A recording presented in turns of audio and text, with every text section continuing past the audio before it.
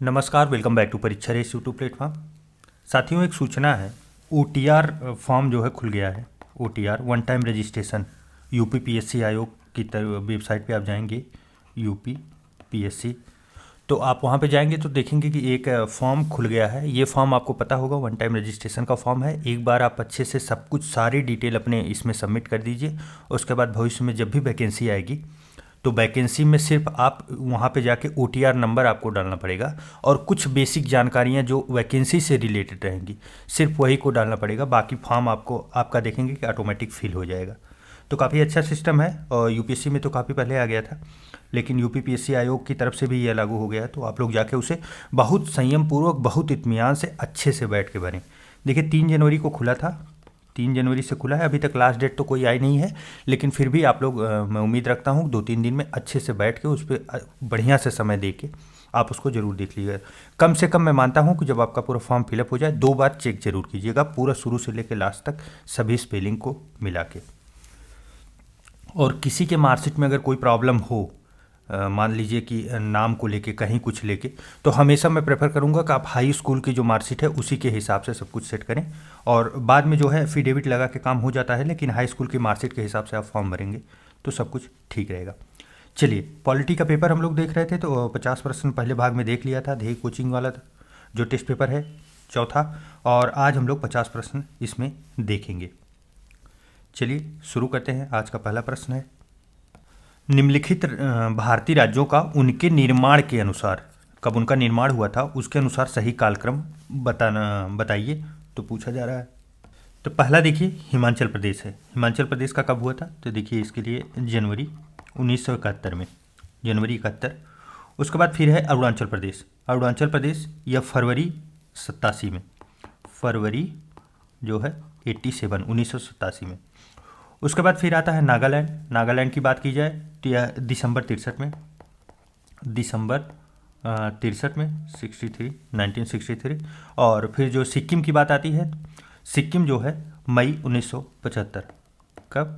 मई 1975 में। तो इस प्रकार बताइए, कालक्रम के हिसाब से आप लोग लगाइए, बताइए कौन सा पहला होगा।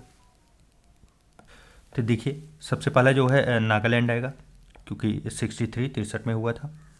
उसके बाद फिर देखेंगे तो अरुणाचल प्रदेश फरवरी 87।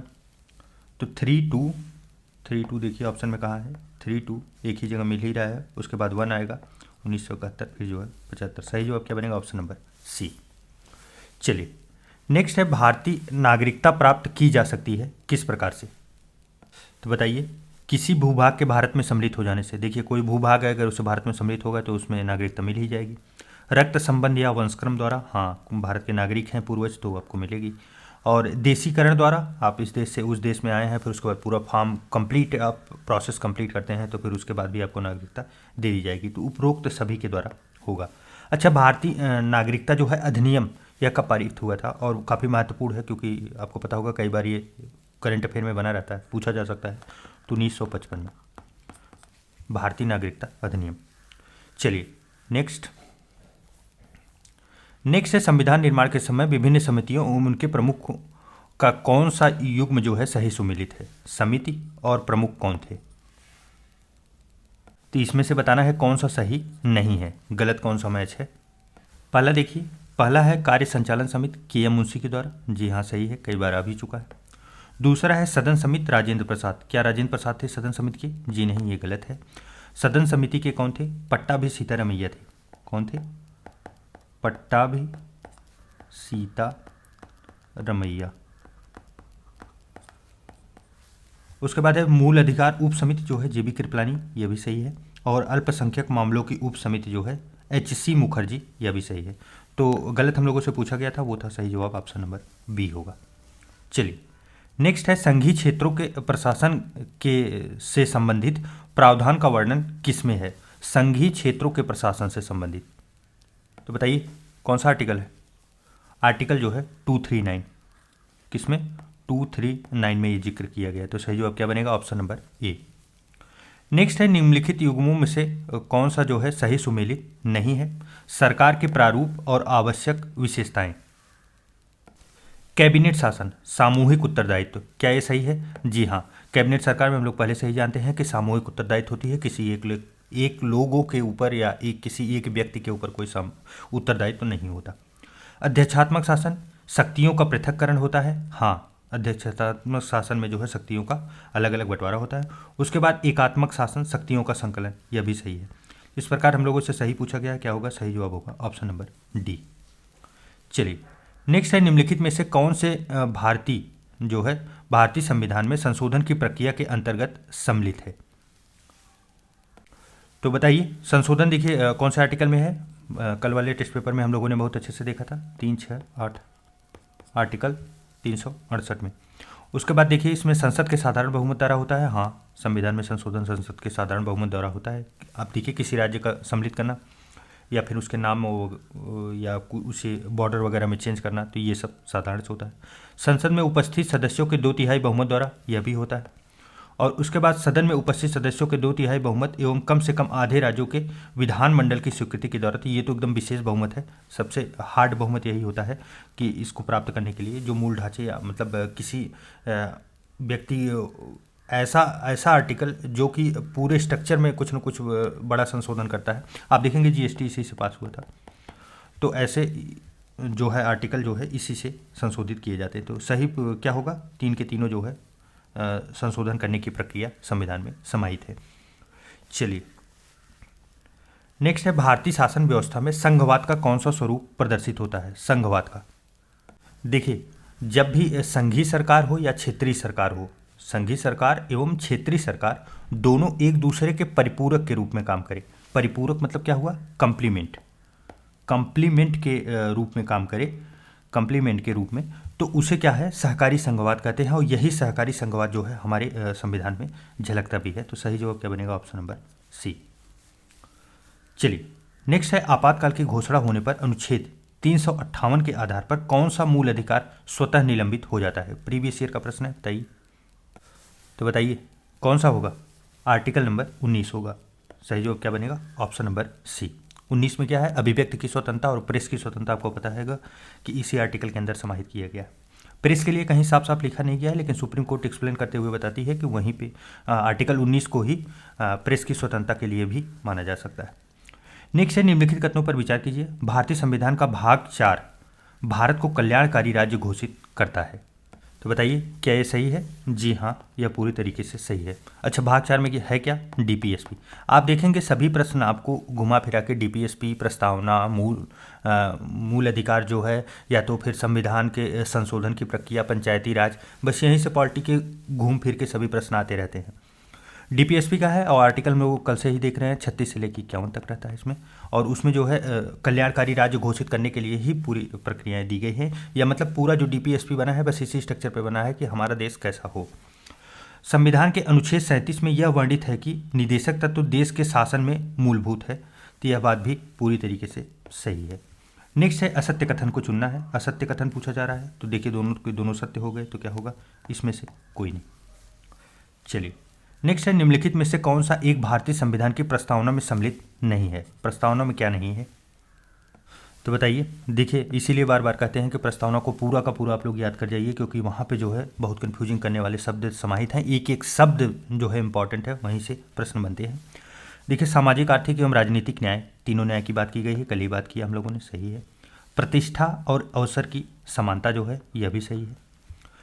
उसके बाद जो है विचार, अभिव्यक्ति, विश्वास, उपासना और की जो है स्वतंत्रता है। यहाँ पे देखिए आप लोग, विचार, अभिव्यक्ति, विश्वास और उपासना, एक स्वतंत्रता छूट गई है। टोटल 5 स्वतंत्रताएं हैं, बताइए कौन सी है? 5वीं जो है वो है धर्म की स्वतंत्रता। धर्म की स्वतंत्रता, विचार, अभिव्यक्ति, विश्वास, धर्म और उपासना की स्वतंत्रता है। उसके बाद पुरुष, स्त्री तथा बच्चों की शिक्षा जो है, यह इसमें समाहित नहीं है, प्रस्तावना में नहीं है, बल्कि यह किस में है? यह डीपीएसपी में है। और मूल कर्तव्य में भी कुछ इसके आर्टिकल देखने को हमें मिलते हैं जो कि बच्चों के शिक्षा से रिलेटेड है। नेक्स्ट है, निम्नलिखित में से किस संविधान संशोधन द्वारा जो है 8वीं अनुसूची में 4 भाषाएं जोड़ी गई थी? 8वीं अनुसूची आपको पता होगा भाषाओं से रिलेटेड है, तो बताइए कौन सा वो संशोधन था? वो संशोधन था 92वां संविधान संशोधन। और कब हुआ था? ये 2003 में हुआ था। इसमें 4 भाषाएं कौन कौन सी जोड़ी गई थी? तो देखिए, बोडो, संथाली, डोंगरी और मैथिली, ये 4 भाषाएं जोड़ी गई थी। और आपको बताते प्रेजेंट टाइम में टोटल 22 भाषाएं हैं, और 22 में से आप लोग ये जानते रहिए इंग्लिश इसमें नहीं है, यह याद रखिएगा। क्योंकि ये प्रश्न पूछा जाता है कि कौन सी भाषा इसमें से नहीं है, और अंग्रेजी दिया रहेगा तो सबको लगता है 22 भाषाएं हैं, उसमें से अंग्रेजी जरूर होगी। नेक्स्ट है निम्नलिखित युग्मों में से कौन सा एक जो है सही सुमेलित है, अर्थात गलत नहीं पूछा जा रहा है, इस बार सही पूछा जा रहा है। तो बताइए। देखिए, पहला है सेवाओं पर कर का प्रावधान, यह जो है 88वां संशोधन, क्या ये सही है? जी हाँ, यह पूरी तरीके से सही है। दूसरा है अनुसूचित जाति आयोग का गठन, 61वां जो है संशोधन, क्या ये सही है? जी नहीं, अनुसूचित जाति आयोग का गठन जो है 89वां संशोधन है, 61वां ना होगा, 89वां होगा। उसके बाद है मेघालय राज्य की स्थापना, मेघालय राज्य की स्थापना कब हुआ था? तो यह 22वां संशोधन था, 28वां नहीं था।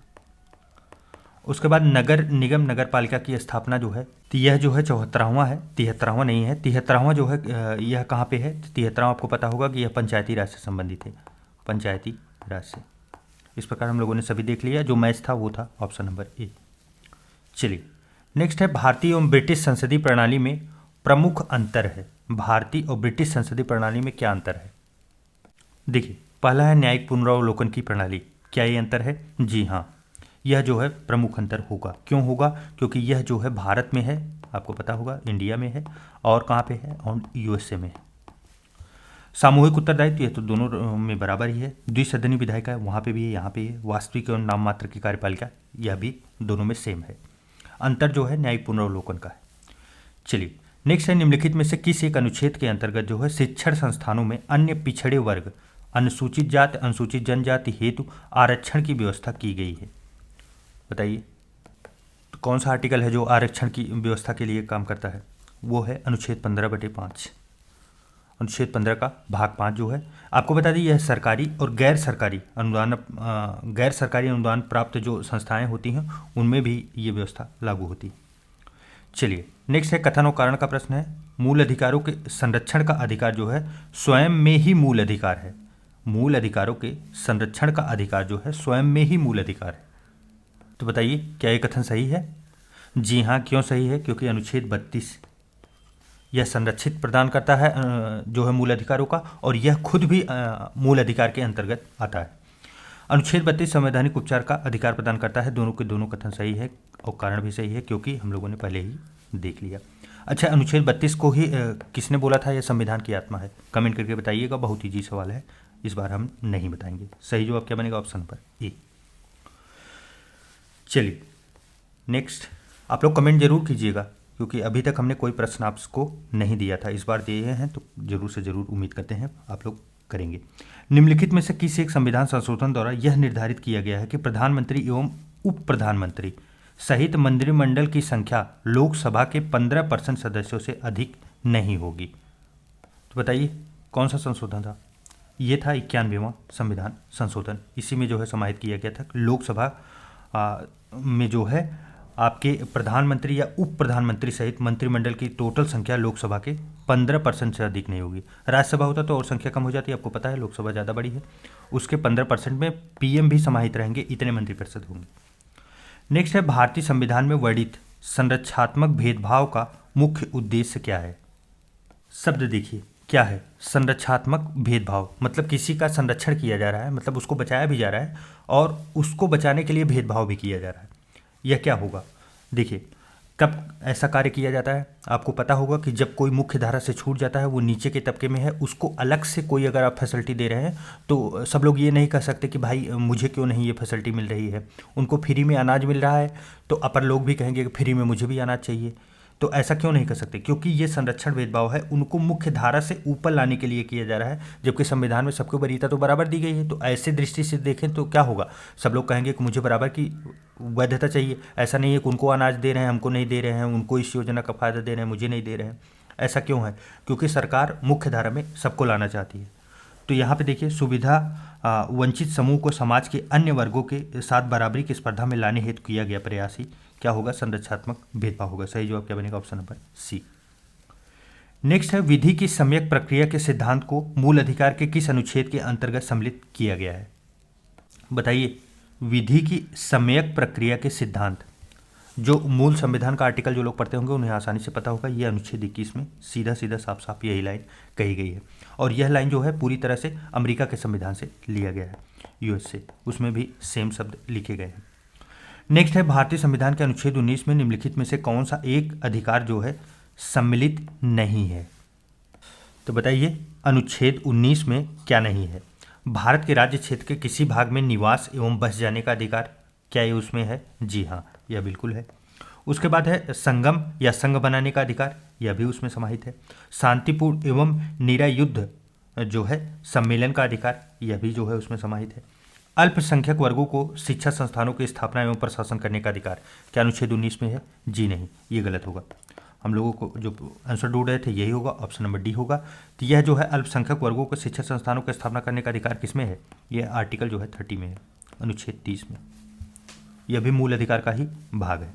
चलिए, मूल कर्तव्य है। मूल कर्तव्य क्या है बताइए, किसके लिए है? केवल भारतीय नागरिकों के लिए, केवल विदेशियों के लिए, नागरिकों एवं विदेशियों दोनों के लिए?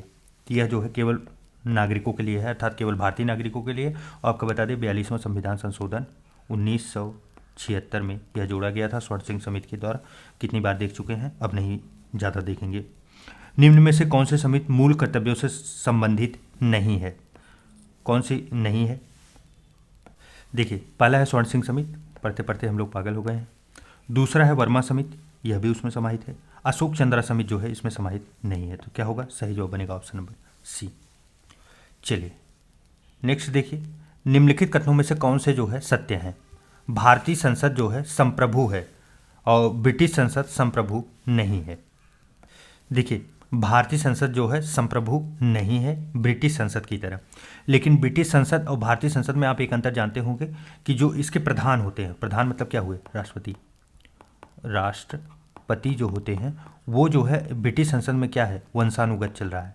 वंशानुगत, आपको पता होगा कि वो रानी जो है वो मरी है, उनके बच्चे उसके बाद बनते हैं, फिर उनके बाद बनते हैं, ये लोग बनते हैं। जबकि पीएम जो है स्पेशल पावर जिसके पास है वो चुनाव के द्वारा आता है, लेकिन राष्ट्रपति इनके जो है क्रमबद्ध चल रहे हैं, लेकिन राष्ट्रपति का हमारे यहाँ भी चुनाव होता है। तो इस प्रकार अगर देखेंगे कि दो के दोनों कथन जो है गलत है। सही जवाब क्या बनेगा? Option number D. कुछ राज्यों को संघ से अनुदान से संबंधित प्रावधान जो है संविधान के किस अनुच्छेद में दिए गए हैं? संघ से अनुदान, तो बताइए।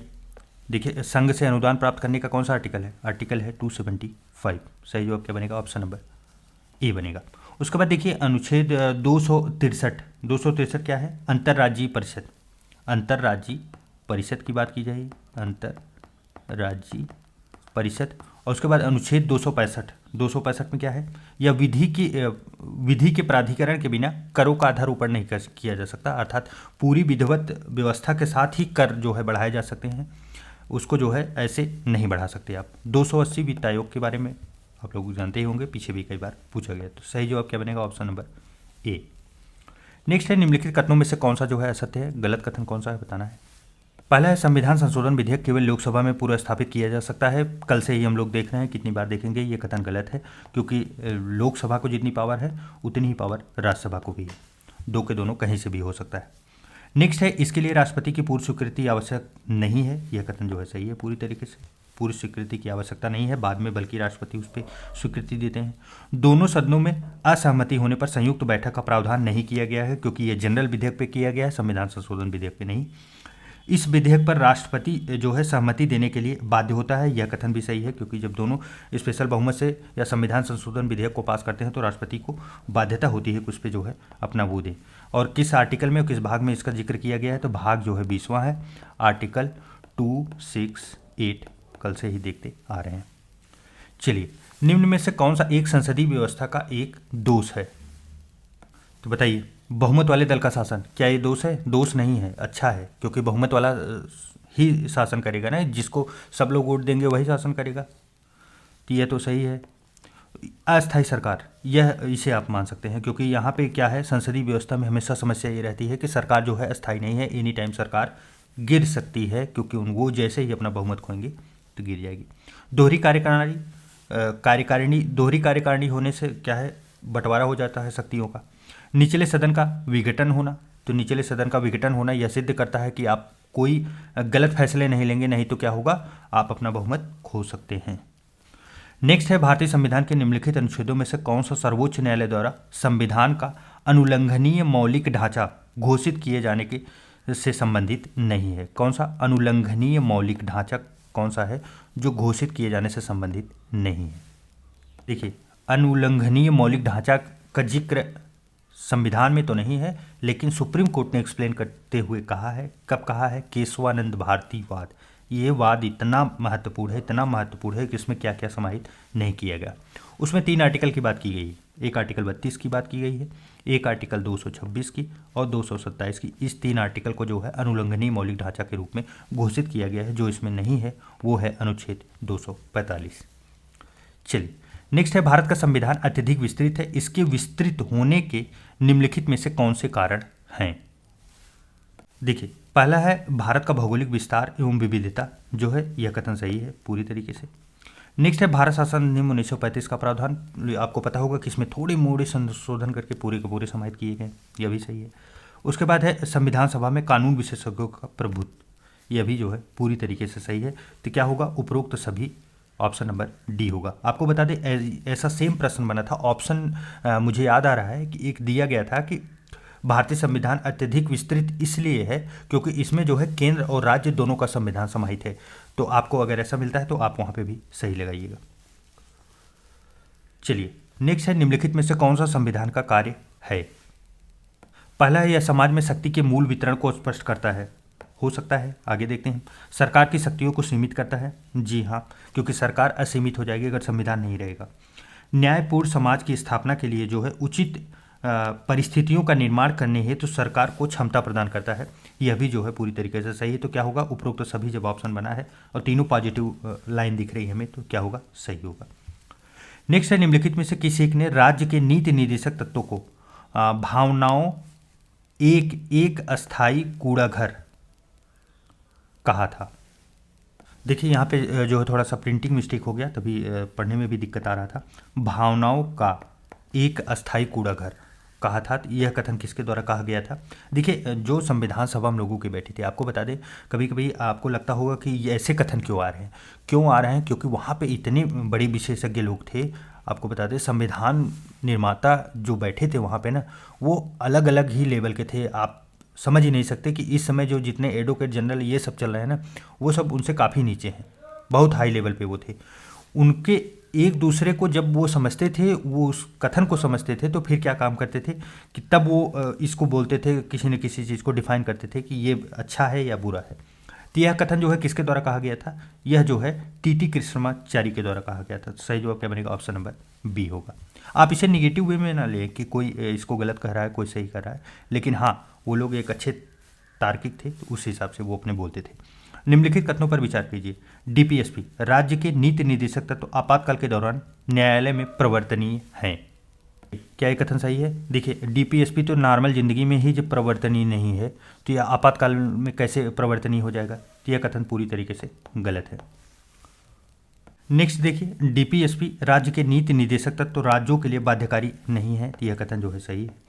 जब प्रवर्तनीय नहीं है तो बाध्यकारी कैसे होंगे? सत्य कथन पूछा जा रहा है, तो सही जवाब क्या बनेगा? ऑप्शन नंबर बी, केवल 2 सही है। नेक्स्ट है पंडित नेहरू द्वारा पेश किया गया उद्देश्य प्रस्ताव कब स्वीकार किया गया था? देखिए, जो पेश किया गया था वो 13 दिसंबर 1946 था। यह इस दिन जो है पेश किया गया, और जब यह स्वीकार हुआ वो क्या था? तो 22 जनवरी 1947 को। सही जवाब क्या बनेगा? Option number D. चलिए, नेक्स्ट है निम्नलिखित युगों में से कौन सा सही सुमेलित नहीं है? देखिए, पहला है लोक नियोजन के विषय में अवसर की समता, अनुच्छेद 16 में, यह कथन सही है। दूसरा है अपराधों के लिए दोष सिद्धि के संबंध में संरक्षण, 19 जो अनुच्छेद 20 में है, यह भी सही है। धार्मिक कार्यों के प्रबंधन की स्वतंत्रता, अनुच्छेद 26, क्या ये सही है? जी नहीं, ये गलत है। ये 25 नहीं होगा, बल्कि किस में होगा? 26 में। सही जवाब क्या है? Option number C. अल्पसंख्यकों की भाषा, लिपि और संस्कृति की स्वतंत्रता जो है अनुच्छेद 29 में है, यह भी सही है।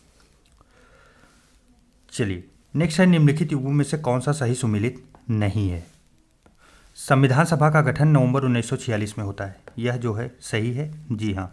उद्देश्य प्रस्ताव 11 दिसंबर 1946, अभी ऊपर ही हम लोगों ने देखा 11 था, 13 दिसंबर था, ऑप्शन बी होगा। प्रारूप समिति का गठन जो है 29 अगस्त 1947 को, और संविधान सभा की पहली बैठक जो है 9 दिसंबर 1946 को हुआ था। सभी डेट जो है महत्वपूर्ण, आप लोग याद रखिएगा। नेक्स्ट है संसद के सदन की बैठकों में गण पूर्ति कोरम आवश्यक होती है, यह कुल सदस्य संख्या का कितनी होती है? यूपीपीएससी आयोग का फेवरेट प्रश्न बताइए। 1/10 कितना है? गण पूर्ति या कोरम जो है बैठक की कितनी होती है? 1/10। चलिए नेक्स्ट है, संसद द्वारा नए राज्यों का निर्माण, राज्य, क्षेत्र, सीमा एवं उनके नाम में परिवर्तन आज संशोधन किया जा सकता है। बताइए कैसे होगा? साधारण बहुमत से। कल से चिल्ला चिल्ला के तो यही पढ़ रहे हैं। नेक्स्ट है, नीति निर्देशक तत्वों में सम्मिलित कौन सा अनुच्छेद जो है कार्यपालिका एवं न्यायपालिका को पृथक्करण करने का प्रावधान करता है? महत्वपूर्ण है, डीपीएसपी का ये आर्टिकल कई बार आ चुका है, सेपरेट हो के भी आता है, तो बताइए कौन सा है? तो देखिए यह आर्टिकल है अनुच्छेद 50, आप लोग याद रखिए, बहुत ईजी आर्टिकल है। आर्टिकल 50 आपको वैसे नॉर्मली याद हो जाना चाहिए। आर्टिकल 50 में कार्यपालिका और न्यायपालिका को अलग करने का प्रावधान किया गया है। देखिए 51 और आर्टिकल 51 भी दिया गया है। इसका मतलब क्या होगा? इसमें अंतर्राष्ट्रीय शांति की बात की गई है। और जो आर्टिकल 47 है, इसमें किसकी बात की गई है? लोक स्वास्थ्य में सुधार करने की बात की गई है। और वहीं बात की जाए आर्टिकल 49 की, इसमें राष्ट्रीय महत्व के स्मारकों, स्थानों और वस्तुओं का जो है संरक्षण की बात की गई है, जो कि हमें बार बार किसमें दे दिया जाता है?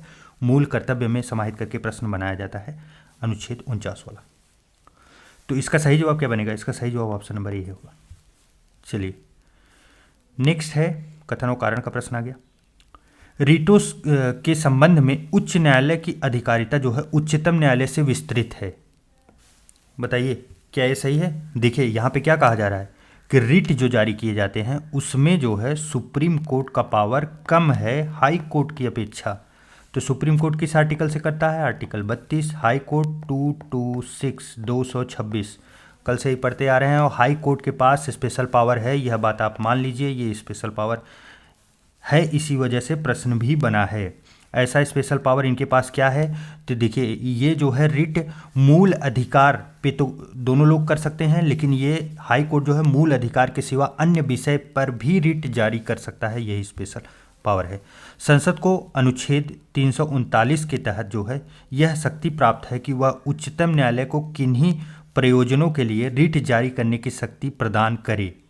क्या ये कथन सही है? जी हाँ, यह कथन सही है, लेकिन कारण आप देख रहे हैं। कारण मैंने क्या बताया कि सुप्रीम कोर्ट और हाई कोर्ट में क्या अंतर है कि सुप्रीम कोर्ट जो है मूल अधिकार पे सिर्फ जारी कर सकता है, जबकि हाई कोर्ट मूल अधिकार के सिवा अन्य जो विषय होते हैं उस पर भी रिट जारी कर सकता है। तो ये दोनों एक दूसरे का मैच नहीं कर रहे हैं, लेकिन सेपरेट में दोनों सही हैं। क्या होगा? सही जवाब बनेगा ऑप्शन नंबर बी।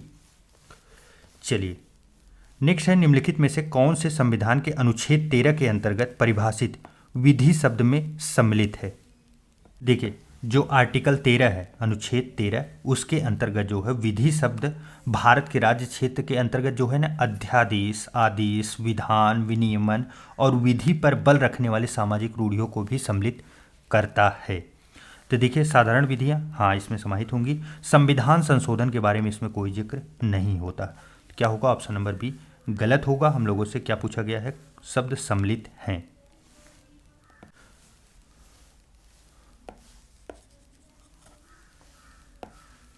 देखिए इसमें संविधान संशोधन के बारे में कोई जिक्र नहीं किया गया है। विधि का बल रखने वाली सामाजिक रूढ़ियाँ, ये तो हम लोगों ने ऊपर ही देखा। तो क्या होगा? देखिए 1 और सी, एक और सी दोनों सही एक जगह मिल रहे हैं, ऑप्शन नंबर डी में तो सही हो जाएगा। अगर गलत पूछा जाता तो संविधान संशोधन अधिनियम होता। चलिए नेक्स्ट है, ग्रेनविल ऑस्टिन ने निम्नलिखित में से किस एक को भारतीय संविधान का अंतःकरण नहीं माना है? देखिए सबसे पहले यह जानते हैं कि वह किसको किसको अंतःकरण माने हैं। तो देखिए वो प्रस्तावना को, नीति निर्देशक तत्व और मूल अधिकार, यह तीनों को माने हैं। जिसको नहीं माने हैं तो वो है मूल मौलिक कर्तव्य या मूल कर्तव्य जिसे कहा जाता है। सही जवाब क्या बनेगा? Option number B. नेक्स्ट है, भारतीय संविधान में नीचे दिए गए कर्तव्यों में से कौन सा जो है मौलिक कर्तव्यों के अंतर्गत सम्मिलित है? मौलिक कर्तव्य बताइए कहाँ पे है? भाग 4, भाग 4 क में, या भाग 4 ए बोल सकते हैं आप। इसके तहत किया गया है। कहाँ से लिया गया है? सोवियत संघ।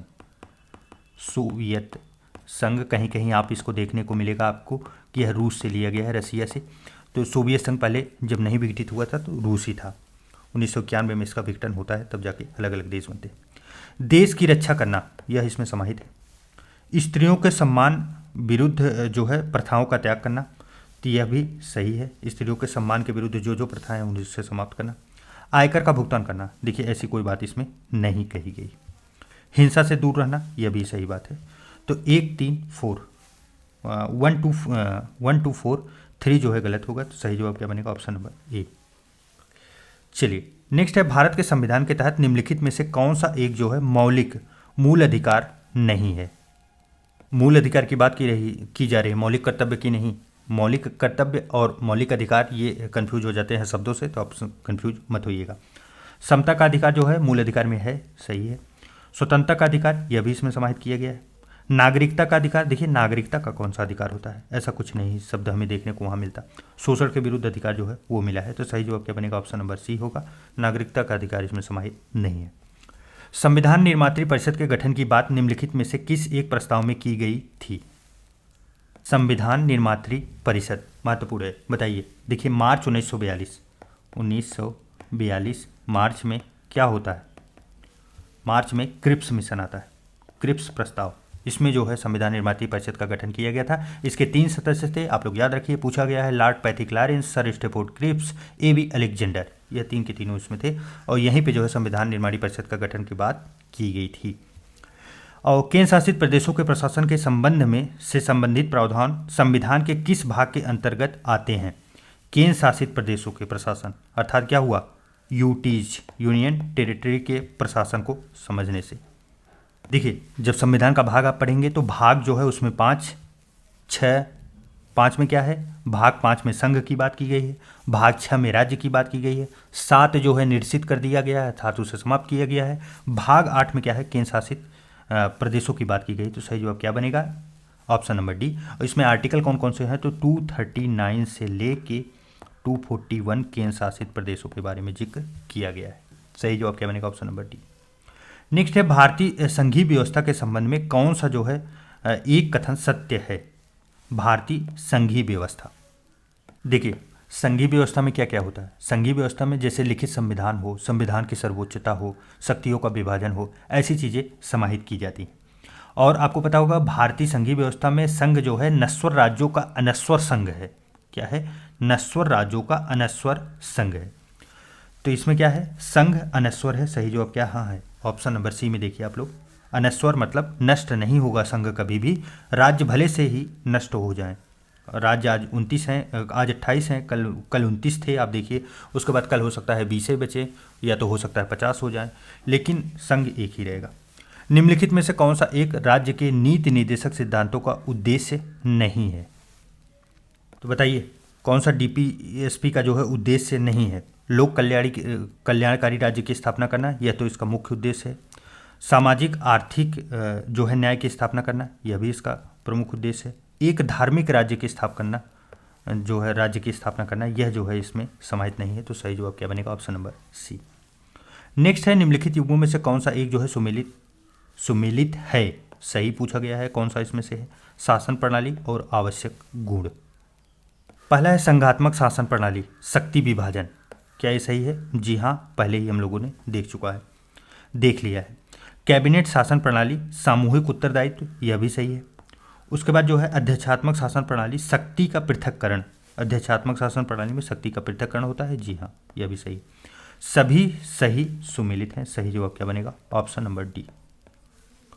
चलिए नेक्स्ट है, वर्ष 1934 में संविधान निर्माण के लिए आधिकारिक रूप से संविधान सभा की मांग की गई थी, जिसकी पुष्टि कांग्रेस की फैजपुर अधिवेशन जो 1936 में की गई, जिसकी अध्यक्षता किसके द्वारा की गई थी? तो बताइए किसके द्वारा की गई थी? इसकी अध्यक्षता जो है जवाहरलाल नेहरू के द्वारा की गई थी। तो सही जवाब क्या बनेगा? Option number A. नेक्स्ट है, निम्नलिखित में से कौन सा एक जो है उपबंध साधारण बहुमत से संशोधित नहीं किया जा सकता है? बताइए। नागरिकता में हमको पहले से ही पता है साधारण बहुमत से हो सकता है। छठवीं अनुसूची में इसमें भी जो है साधारण बहुमत से हो सकता है। छठवीं अनुसूची में क्या है? असम, मेघालय, त्रिपुरा, मिजोरम जनजातीय क्षेत्रों का प्रशासन के बारे में बात की गई। राज्यों की कार्यपालिका शक्ति, जी हाँ, यह जो है एक बड़ा टॉपिक हम लोगों को देखने को मिल रहा है कि राज्य का जितना कार्यपालिका शक्ति है उसे कंट्रोल करने की बात हो रही है। तो इसमें बताइए साधारण बहुमत होगा? साधारण बहुमत होता तो संसद पता नहीं कब कर चुकी होती, इसीलिए इसमें क्या होगा? सही जवाब हम लोगों को ऑप्शन नंबर सी होगा, क्योंकि इसमें स्पेशल बहुमत चाहिए। राज्यों की शक्ति कंट्रोल की जा रही है। आप ये देखिए, राज्यों की शक्ति जब भी कंट्रोल करने की पावर किसके पास होगी? ऐसी पावर स्पेशल बहुमत में होगी। स्पेशल बहुमत मतलब क्या हुआ? स्पेशल बहुमत का मतलब ये हुआ कि इसको संशोधित करने के लिए संसद का बहुमत तो चाहिए ही चाहिए, पर प्लस राज्यों के अनुमोदन के आधार पर ही होगा। सही जवाब ऑप्शन नंबर सी होगा। नए राज्यों का निर्माण साधारण बहुमत से होता है। प्रस्तावना के संबंध में कौन से जो है कथन सत्य हैं? इसकी प्रकृति न्याय योग्य नहीं है। तो बताइए क्या ये सही है? जी हाँ, यह कथन पूरी तरीके से सही है। केशवानंद भारतीवाद फिर से आ गया। कब आया था? 1973। आप लोगों को याद करा देंगे केशवानंद भारतीवाद को। इसमें जो है ये बात सुप्रीम कोर्ट के द्वारा कही गई थी कि इसकी प्रकृति न्याय योग्य नहीं है। उसके बाद जो है दूसरा इसमें क्या है? इसका संशोधन नहीं किया जा सकता। क्या संशोधन नहीं किया जा सकता? संशोधन हुआ है, आप लोगों को पता है, और संशोधन कर भी सकता है। हाँ, इसके मूल ढांचे में संशोधन नहीं किया जा सकता। प्रस्तावना आपको पता है कि वो इसमें आप शब्दों को जोड़ सकते हैं। प्रस्तावना में आपको पता है कि एक संशोधन किया भी जा चुका है, अखंडता और वो करके 3 शब्द जोड़े गए थे, अभी इस समय मुझे याद भी नहीं आ रहा तो फिलहाल, लेकिन इसमें संशोधन किया जा सकता है। तो सही जवाब क्या बनेगा? सही पूछा गया हम लोगों से सत्य। सत्य क्या है? ऑप्शन नंबर ए होगा, दूसरा जो है गलत है। चलिए नेक्स्ट, भारतीय संविधान में शोषण के विरुद्ध अधिकार के अंतर्गत निम्नलिखित में से कौन सम्मिलित है? शोषण के विरुद्ध अधिकार। देखिए, शोषण के विरुद्ध अधिकार अगर आप देखेंगे 2 आर्टिकल आप लोग याद रखिए। पहला आर्टिकल कौन सा है? पहला आर्टिकल है आर्टिकल 23। आर्टिकल 23। एक है आर्टिकल 24। आर्टिकल 23 क्या कहता है? आर्टिकल 23 कहता है कि मानव का देह व्यापार, मानव का जो है मानव का देह व्यापार को प्रतिबंधित करना है, या तो फिर उसके साथ साथ बालात श्रम। बालात श्रम मतलब बच्चों को बहुत ज़्यादा परिश्रम करने के लिए या बच्चों को परिश्रम वाले कार्य में लगाने से रोकता है। दूसरा है कारखानों आदि में बालकों के नियोजन का प्रतिषेध 24 में दिया गया है कि कारखाने, उस समय आपको पता होगा कि जब बन रहा था उस समय कारखाने बहुत ज़्यादा चल रहे थे, तो कारखानों में जो है बच्चों को रोकने के लिए यहाँ पे भी जो है बालाश्रम की ही बात की गई है, लेकिन कारखानों में बच्चों को बचाने के लिए किया गया। तो कौन सा आर्टिकल है? एक है 23, एक 24, 2 बातें कही गई हैं शोषण के विरुद्ध अधिकार में। तो यहाँ देखिए, मानव देह व्यापार एवं बालाश्रम का निषेध जो है यह सही होगा। कौन सा आर्टिकल है? आर्टिकल 23 में, आर्टिकल 23 है। उसके बाद है अस्पष्टता का अंत, ये तो आर्टिकल 17 में है, यह शोषण के विरुद्ध तो है नहीं, तो यह गलत हो गया। नेक्स्ट है अल्पसंख्यकों के जो है हितों की रक्षा करना, यह बात भी इसमें समाहित नहीं की गई है। कारखानों एवं खदानों में बच्चों की मजदूरी का जो है निषेध किया गया है, यह हम लोगों ने देखा कौन सा आर्टिकल था? आर्टिकल 24 था। 23 और 24 की बात यहाँ पे की गई है, और 23 और 24 इसमें ऑप्शन नंबर ए और ऑप्शन नंबर मतलब स्टेटमेंट नंबर 1 और 4 में दिया गया। सही उत्तर चुनना था, तो सही उत्तर क्या होगा? सही जवाब ऑप्शन नंबर ए होगा। चलिए, इस प्रकार साथियों 100 प्रश्न आज के कंप्लीट हुए। 100वां प्रश्न कंप्लीट हुआ, मतलब प्रश्न संख्या टोटल 50 ही खत्म हुए। और आपके कितने सही हुए इसमें से कमेंट करके जरूर बताइएगा। एक प्रश्न आपको हमने दिया था, वो उसका भी उत्तर मैं उम्मीद करता हूँ आप लोग हमें जरूर देंगे। और यह वीडियो आपके लिए कितना हेल्पफुल है कमेंट करके जरूर बताइएगा।